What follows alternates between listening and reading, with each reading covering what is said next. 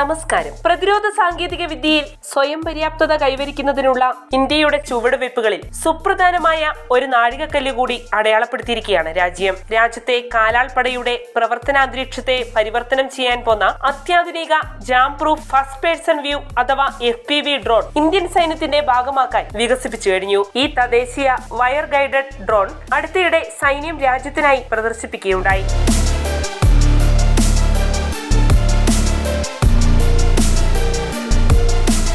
ഈ പുതിയ അത്യാധുനിക ആളില്ലാ വാഹനത്തിന് 2 മുതൽ 10 കിലോമീറ്റർ സ്റ്റാൻഡേർഡ് കോൺഫിഗറേഷൻ ദൂരപരിധിയാണുള്ളത്. ഇതിന്റെ അത്ഭുതാവഹമായ കൃത്യതയും വൈദഗ്ധ്യവും എതിരാളികളെ പൂർണ്ണമായും തളർത്താൻ ഉതകുന്നതാണ്.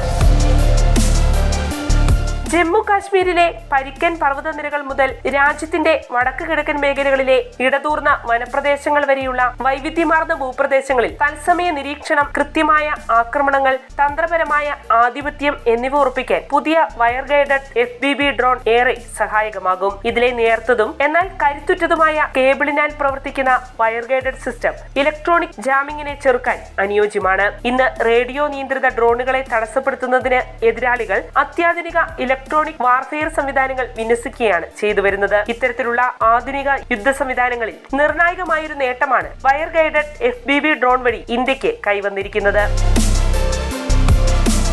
വയർ ഗൈഡഡ് FPV ഡ്രോണിന്റെ കൃത്യത സമാനതകളില്ലാത്തതാണെന്നാണ് പ്രതിരോധ വിദഗ്ധർ അഭിപ്രായപ്പെടുന്നത്. കുറഞ്ഞ കൊളാറ്ററൽ നാശനഷ്ടങ്ങളോടെ കൃത്യമായ ആക്രമണങ്ങൾ നടത്താൻ ഈ ഡ്രോണിനാകും. ഉയർന്ന റെസൊല്യൂഷൻ ക്യാമറകളും നൂതന ടാർഗറ്റിംഗ് സിസ്റ്റങ്ങളും സജ്ജീകരിച്ചിരിക്കുന്ന ഇവയ്ക്ക് കൃത്യമായി ശത്രുസ്ഥാനങ്ങൾ നിർവീര്യമാക്കാനും അവരുടെ വിവിധ സാങ്കേതിക സംവിധാനങ്ങൾ തടസ്സപ്പെടുത്താനും സാധിക്കും. ഇത്തരം ഡ്രോണുകൾ കൈകാര്യം ചെയ്യുന്ന ഓപ്പറേറ്റർമാർക്ക് തത്സമയ ദൃശ്യങ്ങൾ പകർന്നു നൽകുന്ന ഈ ഡ്രോൺ അവരുടെ കൃത്യനിർവഹണം കൂടുതൽ ഫലവത്താക്കി തീർക്കുന്നു.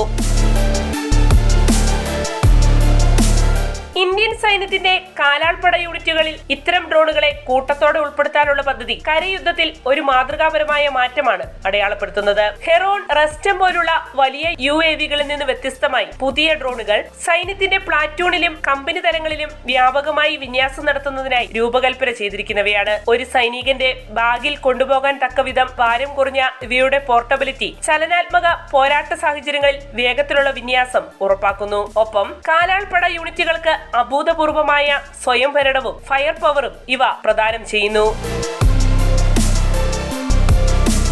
ഇരമ്പിയെത്തുന്ന തേനീച്ച കൂട്ടത്തിന്റേതിന് സമാനമായ ഈ ഡ്രോണുകളുടെ മുഴക്കം എതിരാളികളിൽ ഭയം ജനിപ്പിക്കാൻ പോകുന്നതാണ്. അങ്ങനെ മാനസിക സമ്മർദ്ദം, ശാരീരിക ആക്രമണ സാധ്യത എന്നീ വെല്ലുവിളികൾ എതിരാളികൾക്കെതിരെ ഉയർത്താൻ ഈ ഡ്രോണുകൾക്കാകും. വരും ഭാവിയിൽ ഇത്തരം ഡ്രോണുകളുടെ ശ്രേണി വ്യാപിപ്പിക്കുന്നതിന്റെ ഭാഗമായി ഒപ്റ്റിക്കൽ ഫൈബർ പായ്ക്ക് ഘടിപ്പിച്ച അവയുടെ ഒരു വലിയ വകഭേദം രാജ്യത്ത് വികസിപ്പിച്ചുകൊണ്ടിരിക്കുകയാണെന്ന റിപ്പോർട്ടുകളും പുറത്തുവരുന്നുണ്ട്. ഇത് ഡ്രോൺ യുദ്ധത്തിന്റെ ഭാവിയിൽ ആധിപത്യം സ്ഥാപിക്കാനുള്ള ഇന്ത്യയുടെ തന്ത്രപരമായ നീക്കത്തെയാണ് പ്രകടമാക്കുന്നത്. ആധുനിക യുദ്ധത്തിന്റെ മൂലക്കല്ലായി ഡ്രോണുകളെ രാജ്യം അംഗീകരിച്ചു തുടങ്ങി എന്നതിന്റെ സൂചനയാണ് നൂതന സാങ്കേതിക സംവിധാനങ്ങളോടെയുള്ള ഡ്രോണുകളുടെ വൻതോതിലുള്ള ഉൽപാദനത്തിന് രാജ്യം മുൻഗണന നൽകുന്നത്. ആയിരക്കണക്കിന് സൈനികരെ ഇത്തരം സംവിധാനങ്ങൾ ഉപയോഗിച്ച് സജ്ജമാക്കുന്നതിലൂടെ ഏറ്റവും താഴ്ന്ന തലങ്ങളിൽ പോലും തത്സമയ ഇന്റലിജൻസും കൃത്യമായ സ്ട്രൈക്കുകളും ആക്സസ് ചെയ്യാൻ കഴിയുന്ന ഒരു നെറ്റ്വർക്ക് യുദ്ധക്കളം സൃഷ്ടിക്കാനാണ് രാജ്യത്തെ പ്രതിരോധ മേഖല ലക്ഷ്യമിടുന്നത്. വാർത്തയുടെ നിറം തേടി തനിനിറം.